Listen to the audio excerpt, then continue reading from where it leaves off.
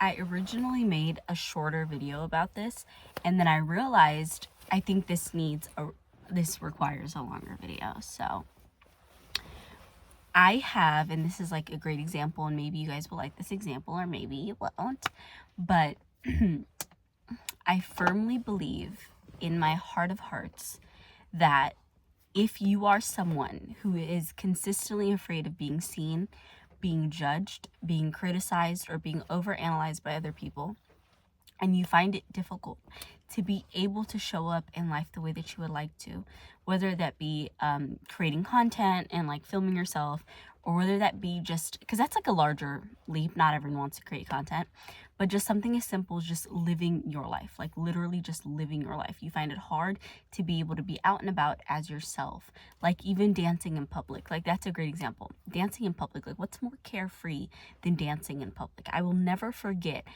one of the people that I admired the most in my teen years was this guy that he would bust a move in the mall, like in the biggest mall of America in Minnesota. He would literally bust a move in the middle of the goddamn mall, like right there in the rotunda. It's called the rotunda. It's like it's on the east side, and it's right in the middle of the entire mall, and it's where they do shows, they do all kinds of stuff, and there's usually music playing. And he will just stop and just stand right there and just bust a fucking move. And I used to be like, what the hell is this guy's, like, why are you busting a move inside the mall? Like, what is your problem? But like, I admired it at the same time because it's admirable. He was not afraid of being judged. He was not afraid of being seen. And he did not, like, he quite simply did not give a shit. And rightfully so. We were young too. It's admirable. But now that I'm older, I have a better understanding as to why I used to be so afraid of doing something like that. And in hindsight, it's because I was very judgmental. When he would do that, I would get extremely uncomfortable. I wouldn't hype him up. I would immediately just start being like, really? Really? I felt like it was secondhand, like it gave me secondhand embarrassment while simultaneously being very impressive, while simultaneously being something that I was like, man, I kind of wish I could do that. I kind of wish that was something that I could do. But now that I'm older, I hear people, like I have another friend who is terrified of doing the most basic things, but she also constantly calls things cringe. She constantly has secondhand embarrassment when other people are doing things. She will physically make you uncomfortable in your body when you're doing something that makes you feel good about yourself because she doesn't have the gall or the audacity to do it herself.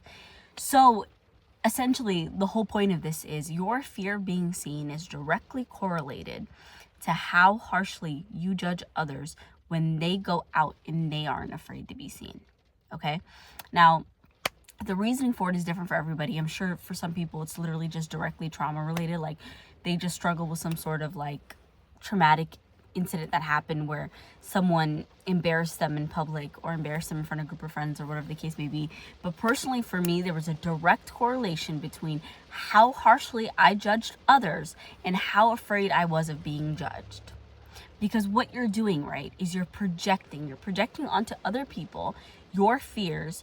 Okay, no, you're projecting onto other people your judginess, and you think that they're going to judge you just as much as you are judging them.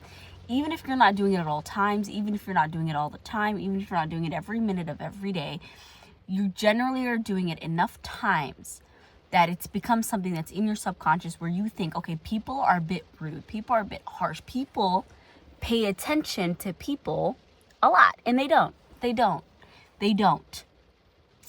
In that case, what that tells you is you are analyzing your life more than you're living it, and you're analyzing other people's lives more than you're allowing them to live. Okay? So the second you go, I don't give a damn what other people are up to. I literally do not care. Like, I could not care less. If I see someone dancing and busting a move nowadays, I will hype them up, and it makes me very happy to see. Sometimes I'll notice it and I do not care. I keep walking. It's no big deal. I don't find it cringe anymore. I don't find it embarrassing anymore. I don't feel that discomfort in my body anymore. And it was almost like like when the date lifted out of my body, I could tell you the date. I actually can't, but it feels like I could, because I started to notice I could go out to dance parties or when I was still clubbing. Okay, don't judge me, please. I had my day, baby. I had my day, and I used to go out a lot. And at that time, it was something like a flipped, like a switch just flipped overnight. And I was not afraid of dancing in public at all. I did not care anymore.